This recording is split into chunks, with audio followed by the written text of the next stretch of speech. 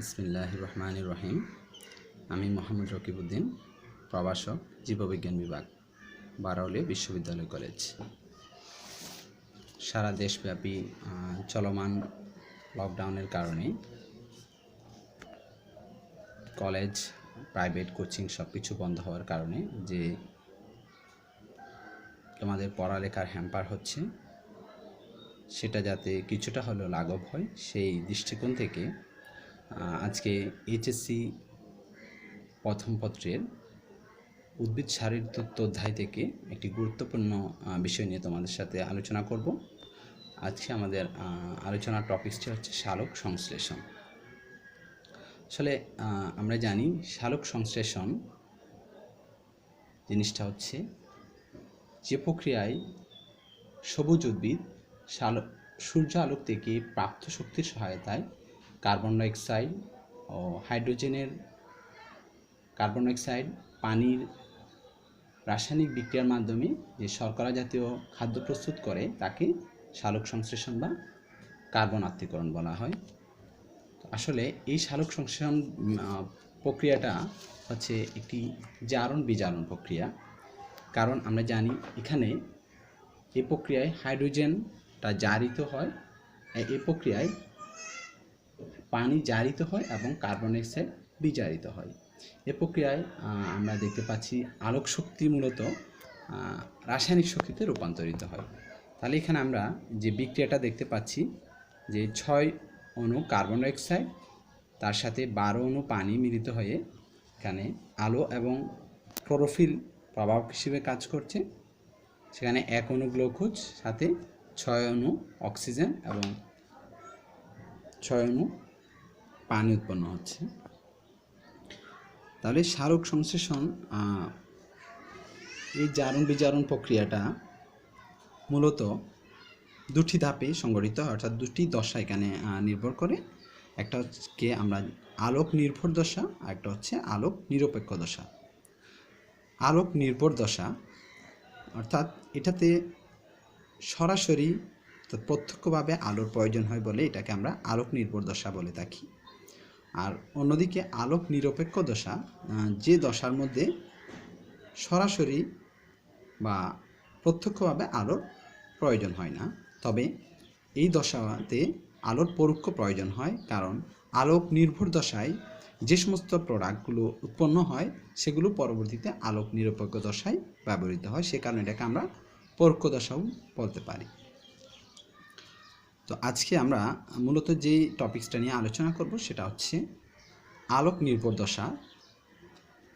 আলোক নির্ভর দশা হচ্ছে সালোক সংশ্লেষণ প্রক্রিয়ায় খুবই গুরুত্বপূর্ণ এবং একটা প্রধান ঘটনা। এই বিক্রিয়ায় মূলত ক্লোরোফিল ও আলোর উপস্থিতি এটা সংগঠিত হয়ে থাকে। তো এটা কোথায় সংগঠিত হয়? এই বিক্রিয়াটা ক্লোরোফিলের গ্রানাতে সংগঠিত হয়ে থাকে। কারণ আমরা জানি এই ক্লোরোপ্লাস্টের গ্রানার মধ্যে এটা সংগঠিত হয়। এই ক্লোরোপ্লাস্টের গ্রানার মধ্যে সব ধরনের এনজাইম বিদ্যমান থাকে, সে কারণে এখানে বিক্রিয়াটা সংগঠিত হয়। ক্লোরোফিল অণু এবং সূর্যালোক থেকে ক্লোরোফিল অণু ফোটন গ্রহণ করে এবং আলোক শক্তিকে রাসায়নিক শক্তিতে রূপান্তরিত করে। সূর্যালোকের ফোটনে যে অন্তর্নিহিত শক্তি রয়েছে, সেই শক্তিটা ক্লোরোফিলের একজোড়া ইলেকট্রনকে অনুত্তেজিত একজোড়া ইলেকট্রনকে উত্তেজিত করে এবং নিক্ষিপ্ত করে।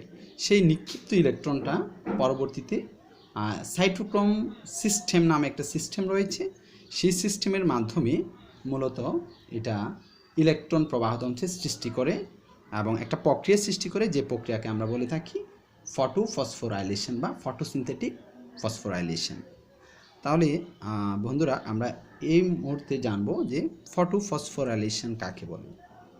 আসলে ফটোফসফোরাইলেশনটা আমরা দেখতে পাচ্ছি এখানে 1 অণু এডিপি সাথে ইনঅর্গানিক ফসফেট অর্থাৎ অজৈব ফসফেট যখন আলোর উপস্থিতিতে যুক্ত হয়ে এটিপিতে পরিণত করে, অ্যাডিনোসিন ট্রাইফসফেটে পরিণত হয়, তখন সেই প্রক্রিয়াটাকে আমরা ফটোফসফোরাইলেশন বলি, কারণ এখানে আলোর উপস্থিতি রয়েছে। এই ফটোফসফোরাইলেশনটা দুটো ধাপে হয়ে থাকে, একটাকে বলে আমরা চক্রীয়, আরেকটা হচ্ছে অচক্রীয়। তাই চক্রীয় ফটোফসফোরিলেশন বা সাইক্লিক ফটোফসফোরিলেশন টা নিয়ে আমরা এখন আলোচনা করব। মূলত এই চক্রীয় ফটোফসফোরিলেশনে কি ঘটতে যাচ্ছে বা কি ঘটনা সংঘটিত হয়। আমরা জানি এখানে যে আগেও বলেছি যে আলোক কণা শোষণের ফলে ক্লোরোফিল অণুতে যে থেকে ইলেকট্রনগুলো নিক্ষিপ্ত হয়, অর্থাৎ উচ্চ শক্তি সম্পন্ন হয়, এরা আলো গ্রহণ করে, এরা উচ্চ শক্তি সম্পন্ন হয় এবং সেখান থেকে ইলেকট্রনগুলো নিক্ষিপ্ত হয় এবং সেটা বিভিন্ন বাহকের মাধ্যমে বাহিত হয়ে পুনরায় ওই ইলেকট্রন শক্তি হারিয়ে নিস্তেজ অবস্থায় আবার ক্লোরোফিল অণুতে ফিরে আসে।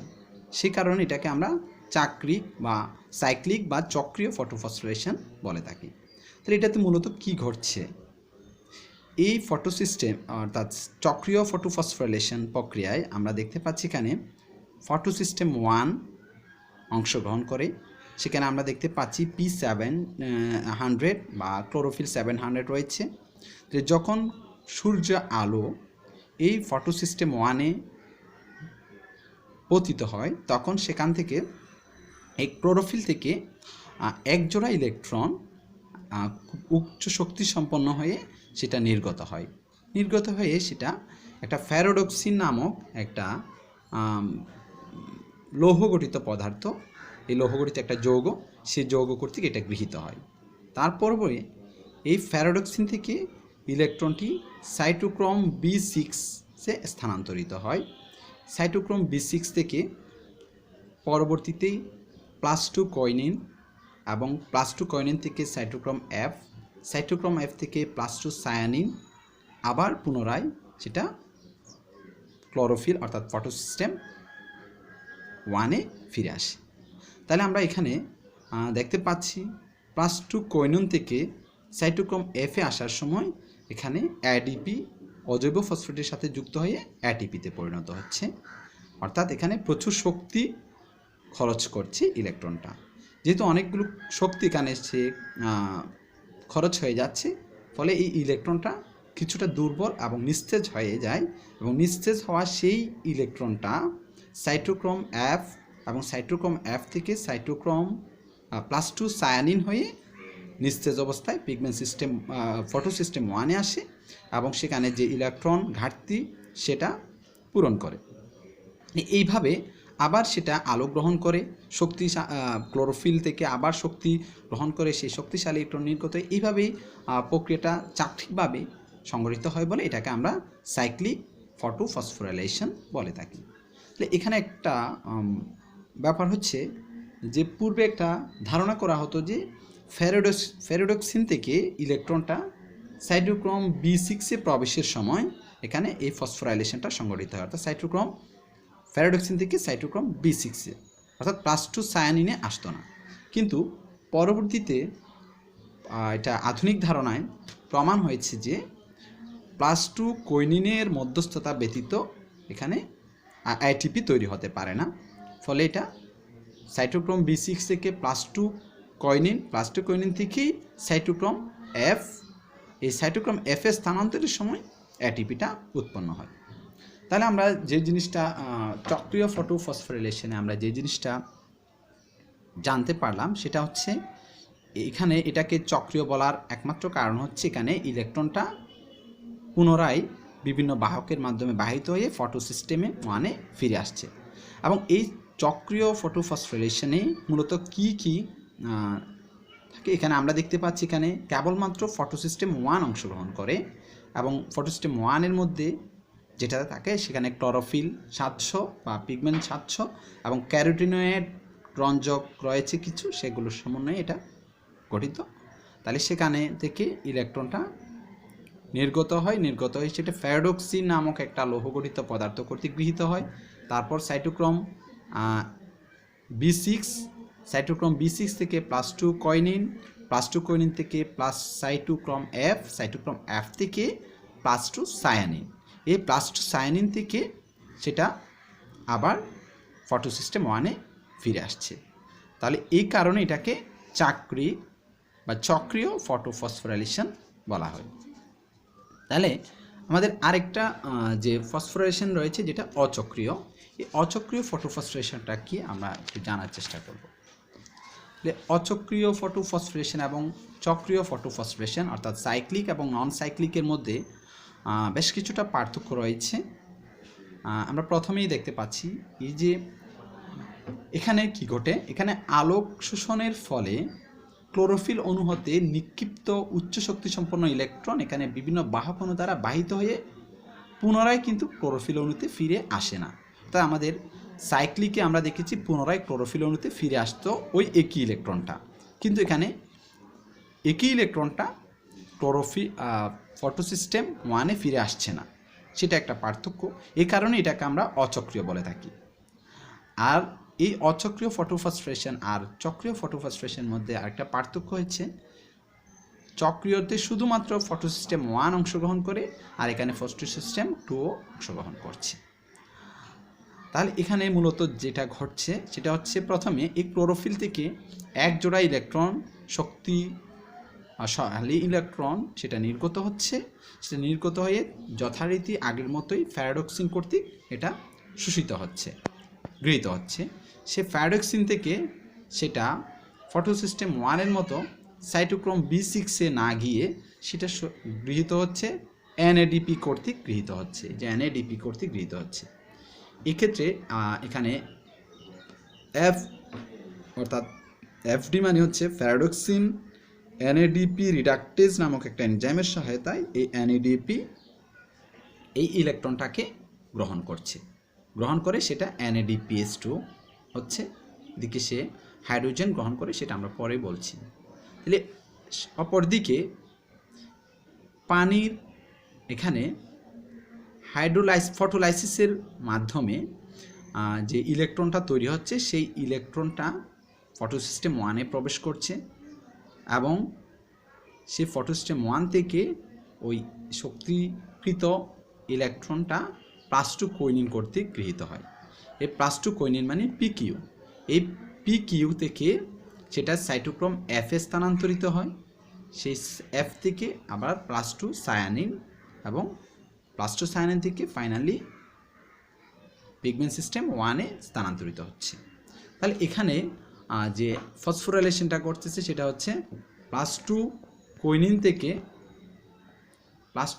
থেকে সেটা যে সাইটোক্রোম F-এ আসছে, তখনই এখানে আমরা দেখতে পাচ্ছি ADP ইনঅর্গানিক ফসফেটের সাথে যুক্ত হয়ে ATP-তে পরিণত হচ্ছে এবং এই ক্ষেত্রে ইলেকট্রনটা প্রচুর শক্তি খরচ করে, সেটা আবার নিস্তেজ হয়ে দুর্বল হয়ে +2 সায়ানিন হয়ে ফটোসিস্টেম 1-এ ফিরে আসছে। আর এখানে ফটোসিস্টেম 2-তে যে ইলেকট্রন ঘাটতিটা মূলত পূরণ হচ্ছে পানি থেকে পানির ফটোলাইসিসে যে হাইড্রোজেনটা ইলেকট্রনটা আমরা পাচ্ছি সেই ইলেকট্রন, আর এখানের যে হাইড্রোজেন আছে সেই হাইড্রোজেনটা ওই যে NADP কর্তৃক গৃহীত হচ্ছে। আর যে অক্সিজেনটা উৎপন্ন হচ্ছে পানির ফটোলাইসিসে, সে অক্সিজেনটা বায়ুমণ্ডলে নির্গত হয়ে যাচ্ছে। তাহলে আমরা এখানে টোটাল জিনিসটা দেখতে পেলাম যে এখানে একই ইলেকট্রনটা পুনরায় ফিরে আসছে না, সেই কারণে আমরা অচক্রীয় ফটোফসফোরেশনকে বলে থাকি। এটার ইলেকট্রন প্রবাহ হচ্ছে একমুখী, অর্থাৎ এই ফটোসিস্টেম 1 থেকে যে ইলেকট্রন নির্গত হচ্ছে সেটা আর ফটোসিস্টেম 1-এ ফিরে আসছে না এবং সেটা NADP কর্তৃক গৃহীত হয়ে যাচ্ছে, সে কারণে এটাকে একমুখী প্রবাহ বা অচক্রীয় প্রবাহ বলে থাকি। আর এই ফটোসিস্টেম 1-এর ইলেকট্রন ঘাটতিটা পূরণের জন্য যে ইলেকট্রনটা আসছে সেটা কিন্তু ওই ফটোসিস্টেম 2 থেকে, অর্থাৎ যেটা পানির থেকে প্রাপ্ত ওই ইলেকট্রনটাই এই ঘাটতিটা পূরণ করছে, সে কারণে এটাকে আমরা অচক্রীয় বা নন সাইক্লিক ফটোফসফোরাইলেশন বলে থাকি। তো প্রিয় বন্ধুরা, আশা করি আজকে যে গুরুত্বপূর্ণ একটা টপিকস নিয়ে আলোচনা করলাম তোমরা বুঝতে পেরেছ। তারপরে যদি কারো কোনো সমস্যা থাকে কমেন্টস করে জানিয়ে দিবে। তো পরবর্তীতে তোমাদের জন্য আরও গুরুত্বপূর্ণ বিভিন্ন টপিকস নিয়ে ইনশাল্লাহ হাজির হব। তো সে পর্যন্ত সবাই ভালো থাকো। আর যেহেতু এখন আমরা সবাই বাসায় আছি, সময়টুকুকে সর্বোচ্চ গুরুত্ব দিয়ে পড়ালেখা চালিয়ে যাও এবং সবাই সুস্থ থাকো, নিরাপদ থাকো, ঘরে অবস্থান করো। ধন্যবাদ।